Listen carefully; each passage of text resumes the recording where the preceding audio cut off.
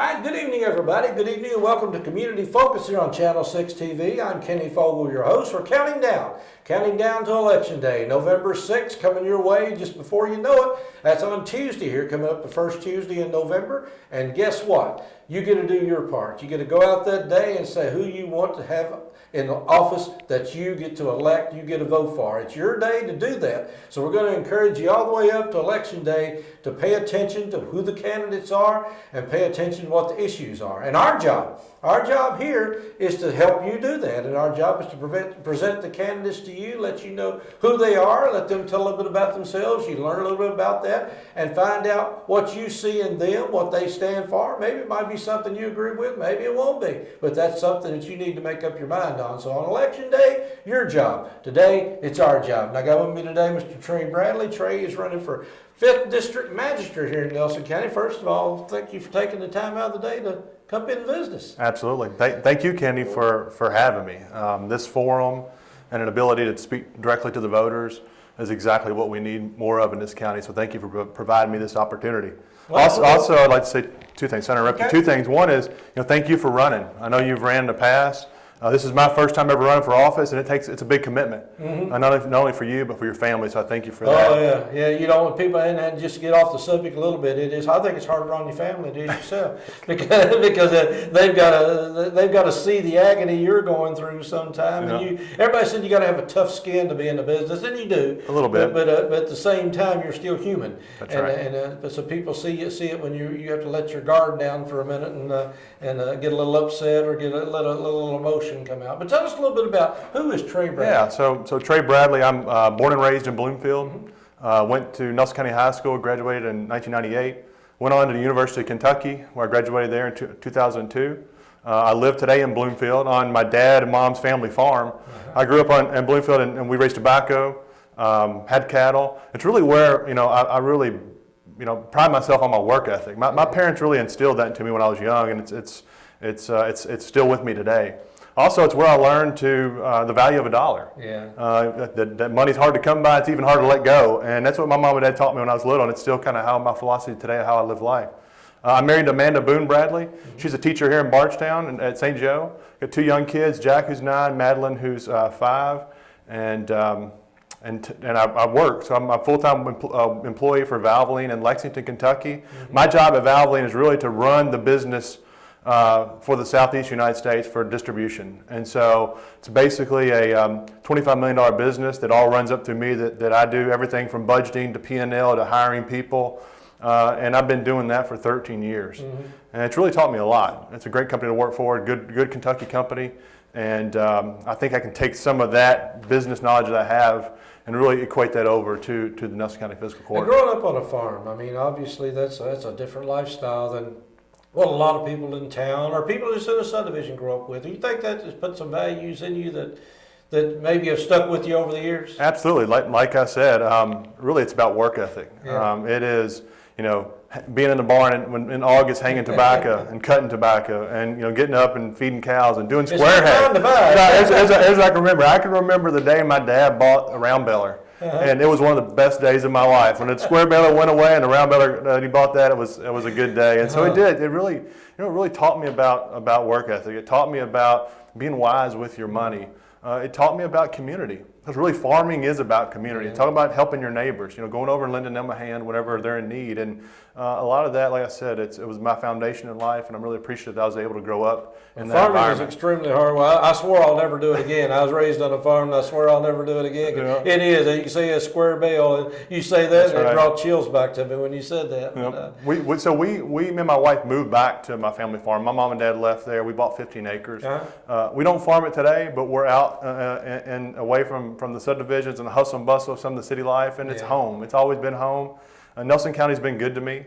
I've had the ability to live a lot of places throughout the country. I've lived in New Hampshire and Utah. I drive to work to Lexington, and that's where my corporate office is. I work out of my house some. I could live anywhere in the country, and I chose to raise my family here. And the reason behind that is because I believe so much in the county, And more importantly, I believe so much in the people. It's where I wanted to raise my family. And this county means a lot to me. Do you think traveling outside the county and seeing what goes on in the rest of the world has changed your vision of what maybe Nelson County ought to be? It has. It's broadened. It opened my eyes and kind of broadened my perspective. Again, it made me realize what a great place this is. When you're young and you get out of college, like I'm going to get out and tackle the world. When you get away, you say, man, I had it pretty good back in my hometown, and that's really what hit me. But I learned a lot. I mean, I learned how to deal with different people, how to deal with people from the Northeast, people from out west. Everybody at the end of the day, all of them have a commonality. Everybody at the end of the day, want to find a win-win solution, and really that's what I've learned along the way is to deal with people of different varieties and different backgrounds. Well, I know when I first went away years ago, I always wondered why people would come to Barstown. I said, why do people even come to Nelson County?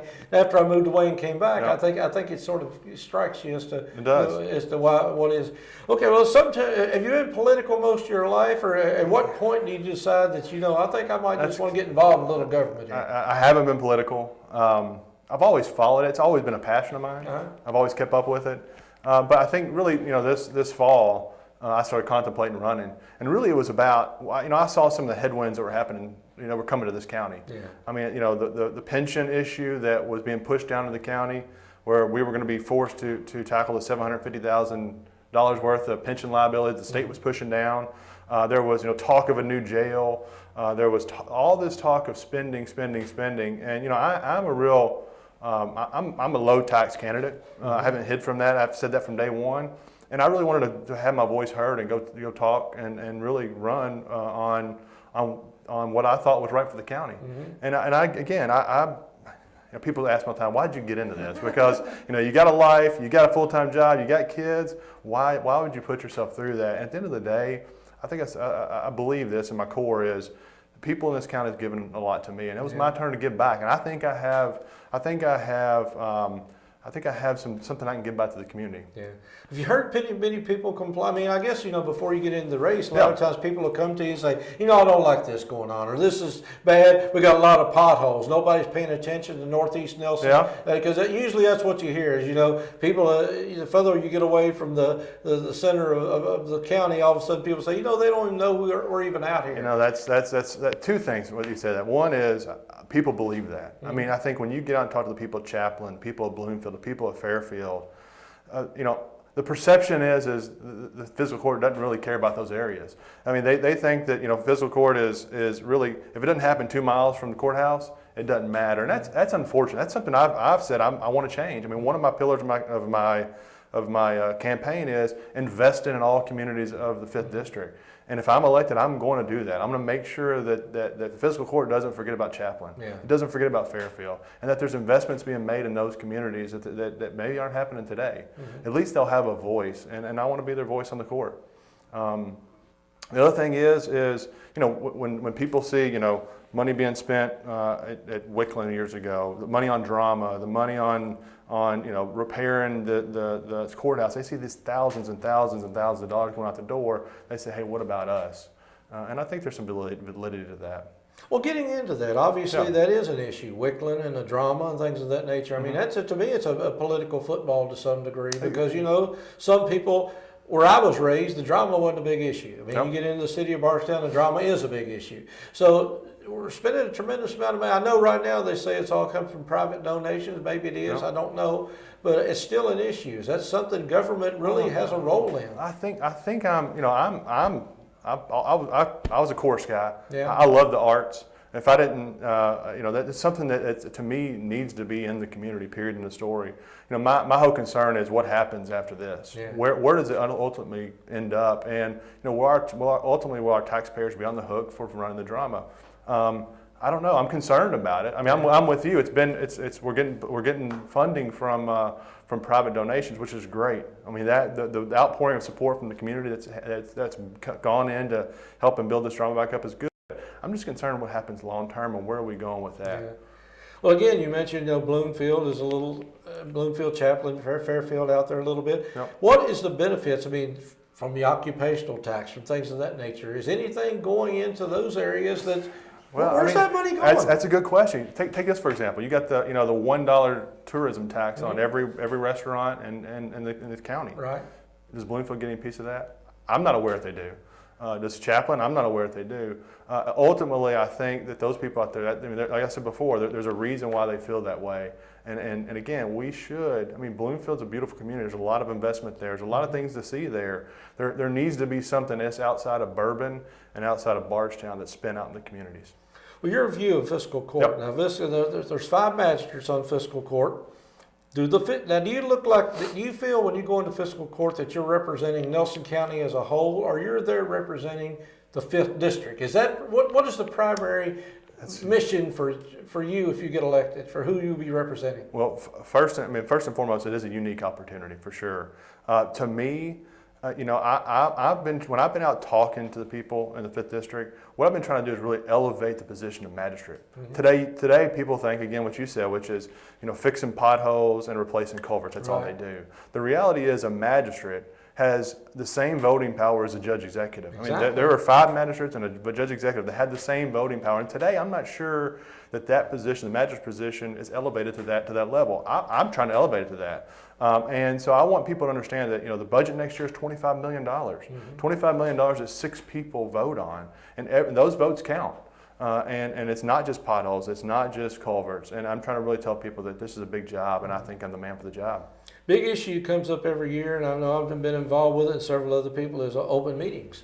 Yep. And obviously, there's a lot of complaints about people saying, well, there's a lot of stuff done that's not done right there in front of the public. I don't know what your view is on open meetings, but how do you visualize fiscal court should be operating? Yeah, so January was the first time I've ever been to a fiscal court meeting when I first got into this, and I was really taken aback by the lack of discussion around issues and topics. And I think that's the wrong approach. I think that there should be more openness. We talk about moving the dates and times of the court meeting. I'm 100% behind that. Not only to get the public involvement. When there's big issues that's happening in the community, we want people to be there to voice their opinion, give them the forum to voice their opinion. But for me, changing the times to night versus the day, to me, it encourages the average working guy or gal. It gives them the ability to run. Today, if you're not a self-employed, retired, or career politician, you can't run for magistrate in this office. If you're a teacher, if you're work at Heaven Hill Distillery, guess what? If you're on first shift, you can't run. We shouldn't do that. We need a broader representation on the court, and a way to do that is to move the meetings from 9 a.m. to night, 6 o'clock at night, and open it up. You're going to get more candidates, you're going to get more participation from the public, and overall, it's going to be a better outcome, I think, from the court. Well, Nelson County's got a bad rap over the last few years for the opioid crisis, and I don't know, is that anything that the fiscal court even has a say about, or is that something that just should be left in the hands of crime fighters? I don't think so. To me, I'll commend you on your blue ribbon commissions that you talked about. That's exactly what we need to do here. When you're in business and you see a something that's a threat or something that's a problem, you gather people together and you say, okay, how do we tackle this problem? What do we need to do? And it's not just you. It's you gather the experts. And to me, fiscal court absolutely plays a role. You need to get the police involved. You need to get the people that have knowledge in regards to rehabilitation. You need to get all those people in the room and say, hey, listen, we do have a problem. How do we fix it? And what are the steps in order to get there? And to me, that is a issue for the county. To me, the opioid's number one. Number two is housing issue. Affordable housing to me is a big issue in the county. But back to the opioid, they're talking about a jail, talking about a new jail, and is that the right approach? To me, we need to look hard at a couple counties. One is Madison County down in Richmond, who they've actually doing a P3 partnership, private-public partnership to actually build their own facility. Don't rehabilitate. So we need to watch that. Does that work? Also up in Kenton County, Kentucky, they're doing a partnership with the jail in order to try to get people rehabilitated. The reality is the jail overcrowdedness is due to repeat offenders when it comes to opioids. And you know what? It's our problem. It's mine and your problem. It's our family, it's our friends, it's our brothers, and it's our sisters. If we can rehabilitate even 25% of those people, the amount it will take off the burden on the county is enormous. The amount we spend on police, EMS, burglaries, all that good stuff. You can't measure how much it costs this county. And to me, we've got to be proactive and try to fix things like that. Okay, well, you're out campaigning, I'm sure, on quite a regular basis. Yep. What are you hearing out there? What's the buzz out there? Is anybody complaining? They like things the way they are? Or just you think they'll show up to vote? I mean, I hope so. I hope so. I mean, that's one of the things I was really taken aback. I was telling you earlier is the amount of people that vote and the amount of people that don't vote. And I would encourage no matter who you're voting for. And I tell people this. I don't care who you're voting for. Just get out and voice your right to vote. It's one of the most important things we do. Take 10 minutes, take 15 minutes, drive and vote because it's really important. But back to the things I'm hearing again. As far as the county-wide, it's affordable housing. I think that's a big problem. I think again, talking about getting a commission together to figure out how you fix it. To me, it's twofold, right? It's let's get builders in here. I talked to a builder last week who's building 10 houses right now, and more than half of them are in Bullitt County. Yeah. Why is that? If you go back and look at the housing statistics from like 99 to 2003, we were on average building 400 new homes a year. We've averaged 150 the last 3.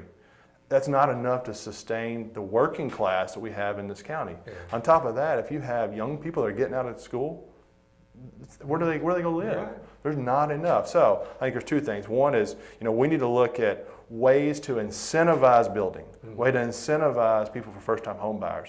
I mean, what that would look like, I don't know, but again, get a commission together. My opinion, you'd give some sort of tax break for the builder. Does planning and zoning play a role in Absolutely. This? Planning and zoning, it's become a bureaucratic monster in my eyes when it comes to building. There's no doubt in my mind that planning and zoning, there is a place, but is there too many rules, regulations, and fees? Absolutely. We need to encourage growth. I mean, there's two ways you can look at revenue in this county. One is raise tax rate on current people, or get more residents living here, doing commerce here, building houses here, paying property taxes here, and I'm more for that route. And I think how you do it is, again, you cut some of the red tape. Yeah. From planning and zoning, you incentivize building either to the builder and to the guys buying the house, and you try to get people living here in these communities. We got to do a better job at that. We got to realize, number one, it's a problem, and number two, what are we going to do to fix it? All right. Well, the election day is coming up pretty soon. Is there anything we need to tell the voters that we haven't covered yet, or anything you need to ask anybody? No, I think for me, it's all about number one, get out and vote. Yeah. Get out and vote. I'm passionate about that. No matter who you vote for, get out and exercise your right to vote. I'm running for the right reasons. I'm not running for a salary. I'm not running for a pension. I'm not running for the insurance. Yeah. I have all that through another job. I believe that these magistrate jobs are really important positions. And I think I'm the best man for the job. I encourage you to vote for Trey Bradley. I have the business background. I've dealt with managing budgets. I can make the tough decisions. And I think I have a vision for the county that will help us grow into the future. So I'm excited about it. Get out and vote for Trey Bradley. All right, sounds great. Wish you all the best. Thank you. Trey Bradley running for 5th District Magistrate up in the northeast part of Nelson County. And again, we encourage you, and I'm going to say this over and over, encourage you to pay attention to who's running, pay attention to the issues, get involved, and if nothing else, do your patriotic duty and show up and vote on Election Day. Tuesday, November 6th, write it down on your calendar if you're not doing anything that day, or if you are doing something that day, make a priority to get to the voting booth. Trey, appreciate you being here today, taking the time to join us. Appreciate you all tuning in. We'll be back in a few minutes right after this message from our sponsors.